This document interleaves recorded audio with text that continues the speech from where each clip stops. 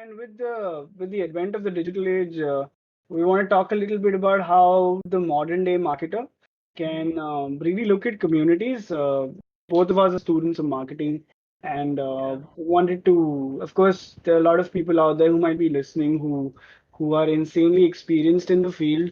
But I'm sure at some point each of you has realized that there is a problem with the way conventional marketing is done. You create a brand, and you usually pump in a lot of money to make sure that the brand is around YouTube pre-roll ad, is around on a Facebook stream, is around on a Yeah. YouTube story, on an Instagram story. So you do a bunch of these things to get the word out to maximum people. So I think I mean, at least as a person who's done a fair share of marketing before I went back to college, and as somebody who's learned marketing from the textbook point of view, I think there's a decay in the way that marketing is traditionally done, and that is the funneling system. The assumption is that you got to reach out to 100 people, Hmm. out of which 10 people would be relevant to those who you've reached out, and out of which one person will end up buying your product or service. Yeah. So the problem with traditional marketing, even so, traditional marketing is usually just extrapolated to the digital platforms. I mean, a lot of marketers have not understood digital as a completely novel way, but are just extrapolating traditional marketing values on digital. And I Yeah, think, like that's why we see a lot of these guys fail. Kind of speak to the public as well, right? At times they think that, oh, if we say things in this particular way, which used to be the ideology for advertisements on TV rather mhm, than newspaper, if they correct. do the same thing and speak that lingo in the digital side of things, people will respond. But quick, it was very quick for them to realize that no, that's not how it works. They were actually getting backlash for it. Correct. I mean, and again, I'd like to also put in over here that it makes a lot of difference who your target audience is. Hmm. So if you're probably selling soap to somebody in a village who just consumes television and as a consumer doesn't rationalize too much Yeah, into the content they're seeing, well, it's a completely different story. We're talking, yeah. rather the point of distinction here is that if you're trying to Uh, think for the pardon millennial. Z, pardon Z. I'm sorry again. Yeah. No, We, what I'm saying is if, sorry. if you're trying to create a new age brand, if you're trying to target the modern consumer, Mhm. if you're trying to look at the millennial or the centennial, and if you're that kind of marketer, then I think both of us strongly suggest that you look into understanding what communities are. Mhm. And if we can just contribute, if I can just put in my 2 cents, I think a community is nothing but a very highly engaged group of individuals. Mhm. So traditional advertising looks at reaching out 100 people. A community rather could be a group of 10 people that gives you as much business as you could get in from 100 people. But the turnkey point over here, or the point that really holds true the most, is if you are looking at creating communities, contribute immense value to the customer.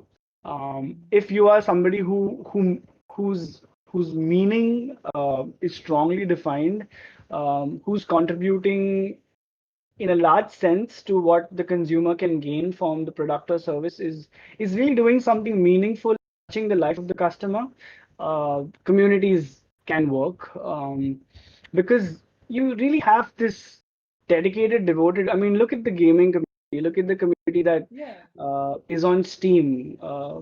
You it's know, Steam, PS, Xbox, or everything, right? Like even Nintendo has such a big community and such a hard, like loyal fan base. More than a yeah, and fan base, it it would be a becomes a religion, community. Like right? Like, what are the yeah, odds of? I mean, my fellow sheeple over here is a gamer. um, And yeah, I what are the like odds of you shifting to an Xbox? very very difficult for me to do that So, I because mean, I've just would you grown go up on to with a say PS. that it's sort of Yeah, become a religion for you? yeah.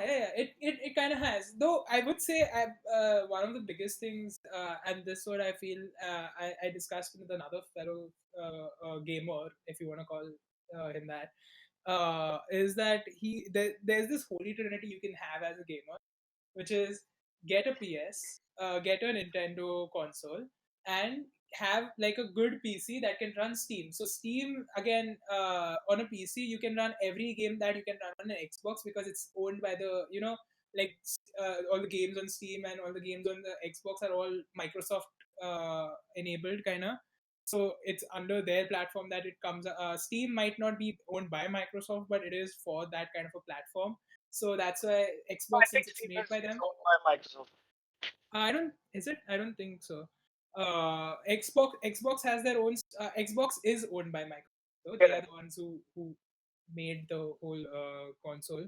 That's why, like, whatever games you'll find on Xbox, you'll find on the PC.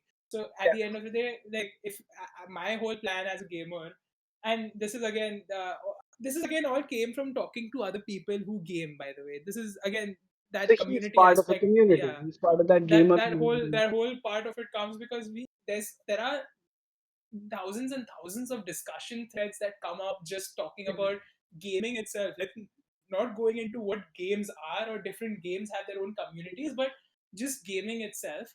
And that, like, people talk about specs, people talk about people literally fight online about which console they like better, or which should you use PC or a console and all those kind of things. So you know what, people are really die hard about these things, and you I see think these what communities thriving. I think what this is really illustrating is that a community is a win-win because as a brand, you have to genuinely put in effort Yeah, to create meaningful content.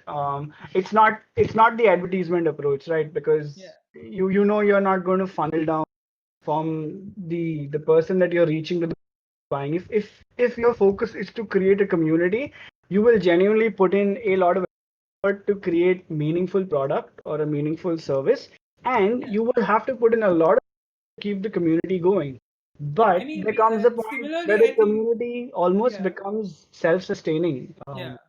You look at forums, and it's people themselves who are starting discussions.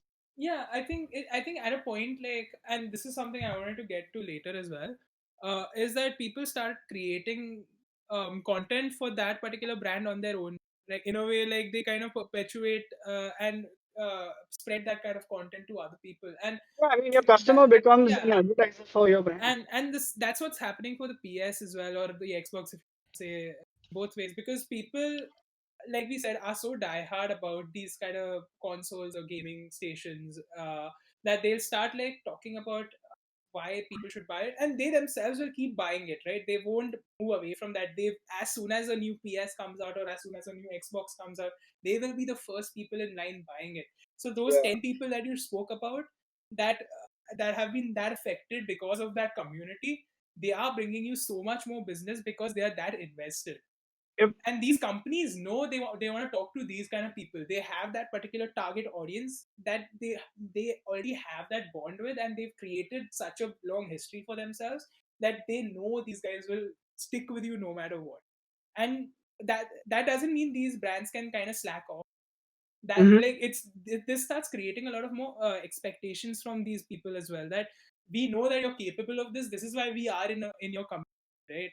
And we hope this can keep continuing. So you get a lot of like help from these communities to kind of uplift yourself as well, and kind of keep improving your own kind of systems and your own standards in that way. Correct. And I want to add that it probably takes in a lot of courage, because when you look at a community marketing based effort, what you're really doing is you're opening up space where even if something that you're doing people don't like, they can voice it out, Yeah. and that's something that brands are really afraid of, backlash.